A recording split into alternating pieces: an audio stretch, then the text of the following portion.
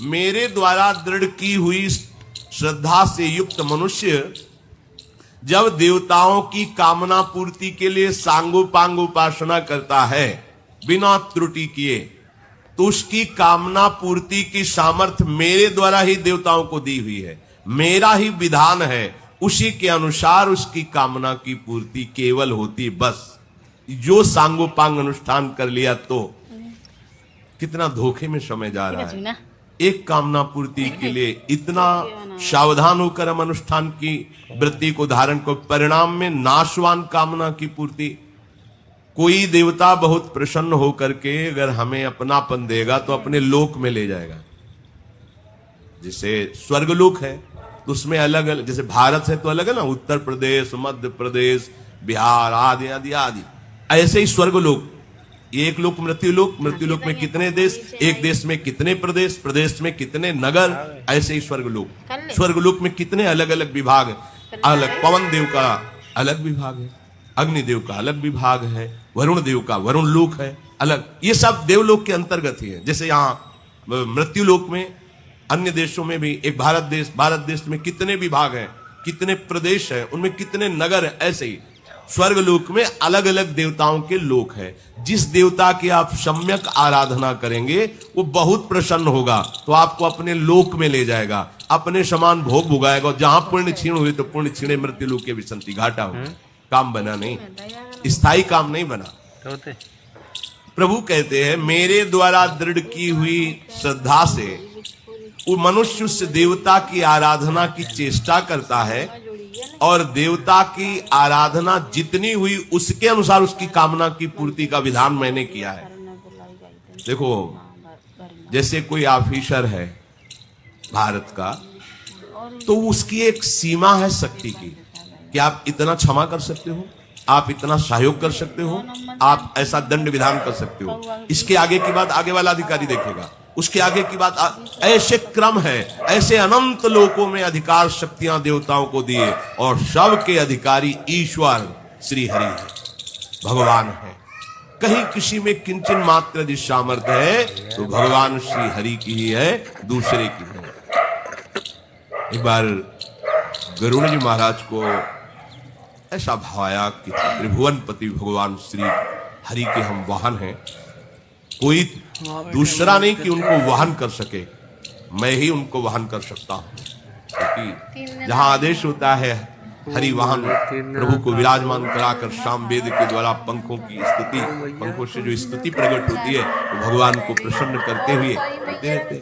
जैसे गाड़ी में नहीं वो टेप लगा दे तो गाना बज रहा है, बाजे बज रहे हैं, मस्ती से गाड़ी चला रहे हैं, ऐसे भगवान के वाहन है गरुड़ जी महाराज। भगवान आरूढ़ होते तो पंखों से साम वेद शुरू हो जाता है, सुंदर साम वेद, भगवान की स्तुति का गान कर रहे हैं, पंखों से आवाज निकलती, और भगवान गरुड़ देव अत्यंत तीव्र गति से चलते हैं। तो इतना बल है कि जब अपनी मां की आज्ञा पालन करने के लिए अमृत का कलश उठाने के लिए देवताओं के पास गए, और देवताओं को सूचना हो गई, तो सब दैवी शक्ति से संपन्न देवता एक साथ टूट पड़े गरुड़ जी पर। एक पंख के प्रहार से सबको अमरत्व प्राप्त के, सबको मूर्छित कर दिया। कलश ले देवराज इंद्र ने वज्र मारा तो एक छोटा सा पंखा गिरा दिया, और कहा कि तुम्हारे वज्र का सम्मान करने के लिए ऐसा कर रहा हूं। बोले हे महाबली, मैं तो आपके बल का अंत ही नहीं पा रहा हूं, हमारे देवताओं को कोई परास्त कर सके भगवान श्री हरि के सिवा ऐसा कोई है नहीं, क्योंकि इनमें बल दिया गया है। तो आप में कितनी सामर्थ्य मैं जानना चाहता हूं। क्योंकि पूरी तो मैं भी वर्णन नहीं कर सकता, पर इतना जरूर है कि अनंत ब्रह्मांडों समस्त हम अपने एक पंखे में रख के आराम से उड़ सकते हैं। अनंत ब्रह्मांडों को अपने एक पंखे में रख के आराम से उड़ सकते हैं, क्योंकि स्वयं हरि को, जिनके रोमकूप में करोड़ों ब्रह्मांड वास करते, तो जब गरुड़ जी को ऐसा भाव आया कि मैं तो हरि को लेके उड़ता हूं, तो एक पंजा प्रकट हुआ, और उनकी पीठ पे ऐसे जे हुए तो झप से ऐसे साधारण पक्षी की तरह गिर गए, और उठने की भी हिम्मत नहीं हुई, प्राण जाने लगे उसके भार से, पंजे के भार से। तब पुकारा त्राहिमाम, हे रमाकांत, हे हरि मेरी रक्षा करो। प्रकट हो गए, बोले अभी तो केवल पंजा रखा है, हम नहीं बैठे। हे गरुड़, हम अपने ही बल से अपना वाहन करते हैं, हमें कोई वाहन कर सके ऐसा कोई है नहीं। समझो तुम हमारे एक पंजे को भी नहीं सह सकते हो। ऐसे महाबली गरुड़ को भगवान ने दिखाया, एक पंजे का भार नहीं सह सकते, फिर मेरा भार। अनंत बलशाली प्रभु श्री हरि है, अमित महिमा, अमित पराक्रम। तो जैसे सरकारी अफसरों को सीमित अधिकार दिया जाता है, वो अपने अधिकार के अनुसार ही क्षमा कर सकते हैं या दंड दे सकते हैं, ऐसे देवता जन हैं। भगवान ने एक सीमित अधिकार इनको दिया है। ये बात सबको न सुनाई देती है न समझ में आती है। पूज्य श्री गोस्वामी तुलसीदास जी महाराज एक पद में कहते हैं कि प्रभु बहुत नाच लिया, अब मैं नाचना नहीं चाहता, थक गया, आपकी माया ने बहुत नचाया। नाचत ही निश दिवस मर्यो। जरा विचार करके देखो, अपने लोग बहुत छोटी बुद्धि के, केवल वर्तमान मनुष्य शरीर के सुख सुविधा की बात सोचते हैं। ये नहीं सोचते कि हमारी यात्रा कहां से प्रारंभ हुई, कहां विश्राम होगी। ये चलता ही रहेगा, कब तक चलता रहेगा? हम जल रहे हैं, ये कामना, ये गलती हो गई, उसका दंड भोगे, ये अपराध बन गया, उसका, कब तक चलता रहेगा ये प्रपंच?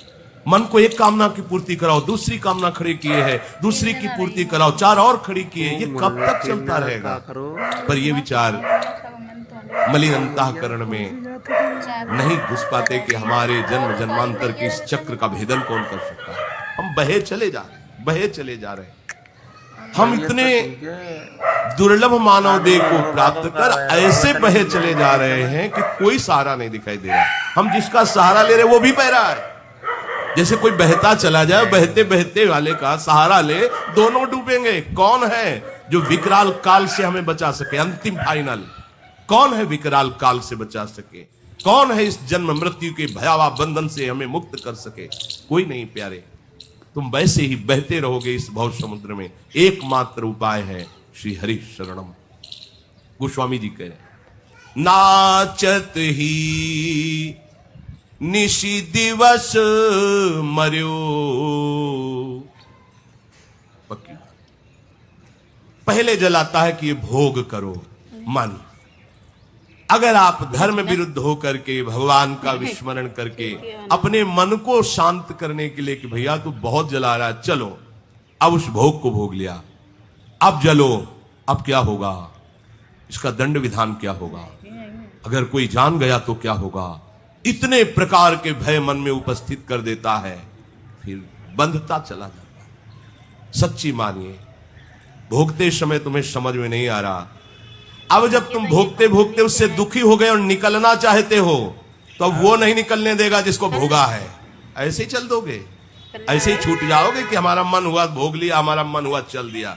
अब नहीं, तुम्हारा कर्म तुम्हें नहीं छोड़ेगा। विषाद, भय, क्लेश, चिंता और नवीन भोगने की तृष्णा फंस गए। विषय चुगा जिन चुगय मन, चुगत कछुक सुख होए, फिर फांसी ऐसी परे तेषम दुख न कोए। आप अविवेकवान हैं इसलिए नहीं समझ पा रहे। विषय चुगा चुनने में तुम मस्त हो रहे, नहीं समझने, जीव नहीं समझ पा। जो तुम आचरण कर रहे हो वो कर्म ही इतना भयानक है, तुम्हें वैसे ही मारेगा। और इतना ही नहीं है, ये तो केवल उसका ब्याज है, मूल तो नरक भोगना पड़ेगा। ये भयावह संसार। ये दुष्ट मन कैसे तुम्हें बताएं कितना नीच है। एक तरफ सलाह देता है भोग लो, दूसरी तरफ भय देता, क्यों भोगा, क्यों फंसा मैं, अब नहीं करूंगा। उसी के दूसरे क्षण फिर तीसरे भोग में फंसा देता है। इसकी चाल को कोई समझ पा रहा है? ये हमारा मित्र है। ये नीच मन हमको प्रतिपल ऐसे फंसाता चला जाता है कि आज सत्संग मिला, आप सोचते हो निकल जाएं, तो आप देखो आपको कैसा भय प्रदान करेगा। निकलने की सोचते ही सैकड़ों भय आके खड़े हो जाएंगे। कैसे निकलोगे? क्योंकि जिन कर्मों को भोगा है वो कर्म तुम्हें नष्ट करेंगे पहले। और अगर हिम्मत करके कि जो हुआ सो हुआ, अब भले गला कट जाए, अब मैं बुरा आचरण नहीं करूंगा, भजन करूंगा, जो पूछा जाएगा मैं सत्य बता दूंगा, हर दंड स्वीकार करूंगा, भगवान को नहीं, कोई बाल बांका नहीं कर सकता। वो कर्म नष्ट हो जाएगा और आपका मार्ग प्रशस्त हो जाएगा। पर ये भय ऐसा नहीं है, ऐसे नहीं बोल पाओगे बिना हरि आश्रय के। 3 दिन आ रही। तुम भजन करना चाहते हो, अब हम क्या करें? हमें क्यों फंसाया? तुम भजन करना चाहते हो, बच्चे पैदा कर दे, इनको कौन देखेगा? तुम भजन करना चाहते हो, ये सब प्रपंच कैसे? करके दिखाओ भजन, ये बाहरी और अंदर तुम्हारे मन खिलाफ हो जाएगा, नहीं करने देगा। आप कहते हम तो करना चाहते पर कोई हमें पकड़े, कोई नहीं पकड़े, तुम्हारा कर्म तुम्हें पकड़े। हिम्मत करो, एक बार निकलो दलदल, निकालने के लिए हरि तैयार है, तुम तैयार हो जाओ, हाँ में हाँ मिलाओ, एक झटके में बाहर हो। ये दलदल धीरे धीरे पार नहीं हुआ जाता, अगर धीरे धीरे तो धंसता है, झटके से निकला जाता है। इतने भय है कि आप सोचना, जरा सोचना हमारी बात को, कि आज से मैं नियम लेता हूं, अधर्माचरण नहीं करूंगा, अनुचित भोग नहीं भोगूंगा, भजन करूंगा, बस इतनी बात मन में लाओ और फिर डायरी में लिखो आपको मन कितना भयभीत करता है। देखना आप चलते हैं वृंदावन वास करते हैं, निश्चय करो, लिखो डायरी में क्या मन पेश कर रहा है, धज्जियां उड़ा देगा तुम्हारी वृंदावन वास की बात सोचते ही, भगवत प्राप्ति की बात सोचते ही। ये छोटा मोटा शत्रु नहीं है, ये किसी देवता के आश्रय से भजन से ठीक होने वाला नहीं, ये केवल भगवान के आश्रय से। गोसाई जी कह रहे हैं, तब ही ते न भयो हरि थिर, जब ते जीवन नाम धर्यो, नाचत ही निश दिवस मर्यो। हरि जब से आपसे विमुख हुआ और देह को मैंने अपना माना, तब से आज तक मुझे कहीं भी और नहीं मिली, मर गया मैं भागते।